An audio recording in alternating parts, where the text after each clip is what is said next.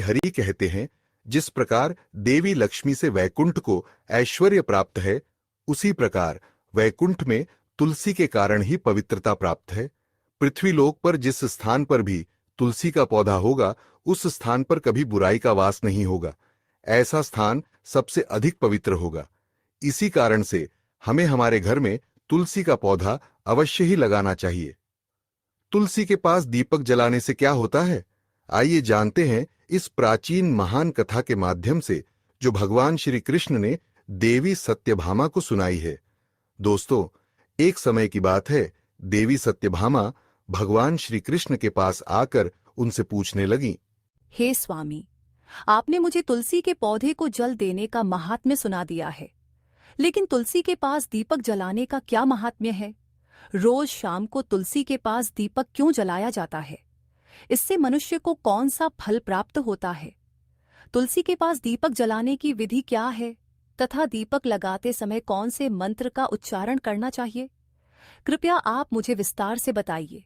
भगवान श्री कृष्ण कहते हैं, हे देवी, आज तुमने समस्त संसार के कल्याण की भावना से बहुत ही उत्तम प्रश्न किया है।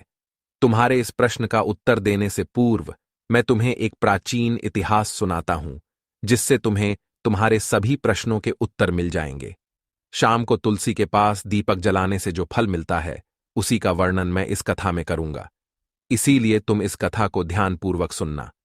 इस कथा को ध्यान से पूरा सुनने मात्र से ही मनुष्य को 100 वर्षों तक तुलसी के पास दीपक जलाने का पुण्य प्राप्त होता है। देवी सत्यभामा कहती हैं, हे प्रभु, मैं इस कथा को सुनने के लिए उत्सुक हूँ। कृपया आप इस कथा को मुझे सुनाइए। मैं इस कथा को ध्यानपूर्वक सुनूंगी। तब भगवान श्री कृष्ण देवी सत्यभामा को वह कथा सुनाने लगते हैं। हे देवी, पूर्व काल की बात है। दक्षिण दिशा में तुंगभद्रा नाम की एक बहुत बड़ी नदी है। उसी नदी के किनारे हरिहरपुर नाम का एक अत्यंत सुंदर नगर बसा हुआ है। उसी नगर में हरि दीक्षित नाम के एक ब्राह्मण निवास करते थे। वे अत्यंत गुणवान, चरित्रवान, धर्म कार्य करने वाले तथा वेदों के मार्ग पर चलने वाले थे। उन्होंने समस्त शास्त्रों का अध्ययन किया हुआ था। उसी ब्राह्मण की एक पत्नी थी, जिसे लोग दुराचारा कहकर पुकारते थे, क्योंकि उसके कर्म ही उसके नाम के अनुसार थे। वह सदैव ही अपने पति को अपमानित करती थी, अपने पति के लिए कुवाच्य कहती थी, पति को भयंकर दुख देती थी, पति के लिए कभी भोजन नहीं बनाती थी। उसने अपने पति के साथ कभी शयन नहीं किया, कभी उसके साथ प्रेम से व्यवहार नहीं किया। पति के मित्र और परिवार के लोग घर पर आते तो वह स्त्री उनको अपमानित करके भगा देती थी और स्वयं काम भाव से उन्मत्त होकर निरंतर अन्य व्यभिचारिणी स्त्रियों के साथ घूमती रहती थी। उसका मन पति को छोड़कर पराये पुरुषों में लगा रहता था। उसने कभी अपने पति से प्रेमपूर्वक बात नहीं की, किंतु पराये सुंदर पुरुषों के संग बैठकर बातें करती थीं। पराये पुरुषों को मोहित करने के लिए सज धज कर गांव में घूमने जाया करती थीं। कभी वह वन में किसी वृक्ष के नीचे खड़ी रहकर सुंदर पुरुषों की राह देखती और किसी दुष्ट पुरुष को मोहित करके उसके संग भोग विलास किया करती थी। एक दिन हरि दीक्षित ने अपनी पत्नी से कहा, हे भद्रे, तुम्हारा यह आचरण उचित नहीं है। इस प्रकार से पाप करने पर तुम्हारा अहित ही होगा।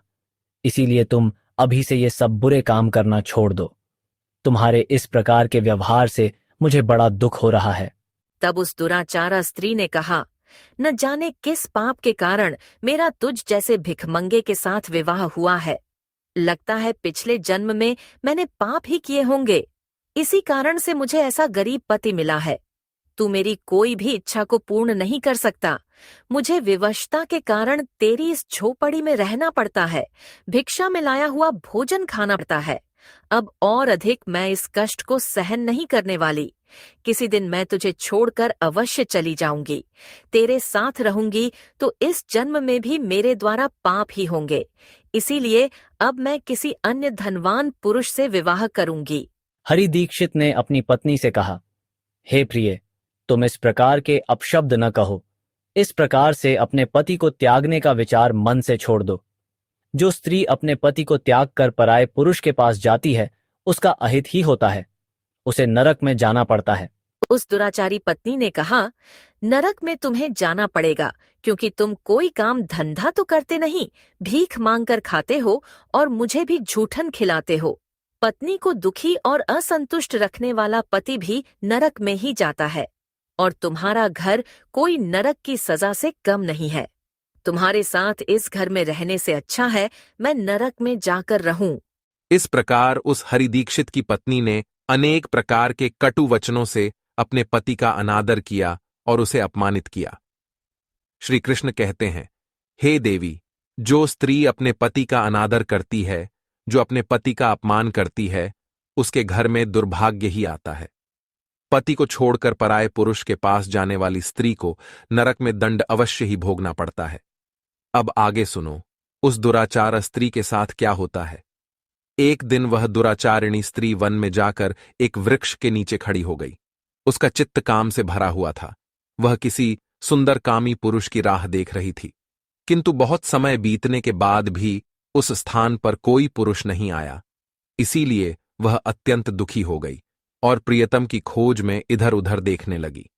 उस दिन उसका सारा परिश्रम व्यर्थ हो गया। वह वहां खड़ी होकर वह नाना प्रकार की बातें कहकर विलाप करने लगी। हाय हाय, आज तो इस मार्ग से कोई भी सुंदर पुरुष नहीं आया। अब मैं कैसे अपनी काम शांति करूं? आज की रात कैसे बीतेगी? Visas at 1 rupee to almost anywhere in the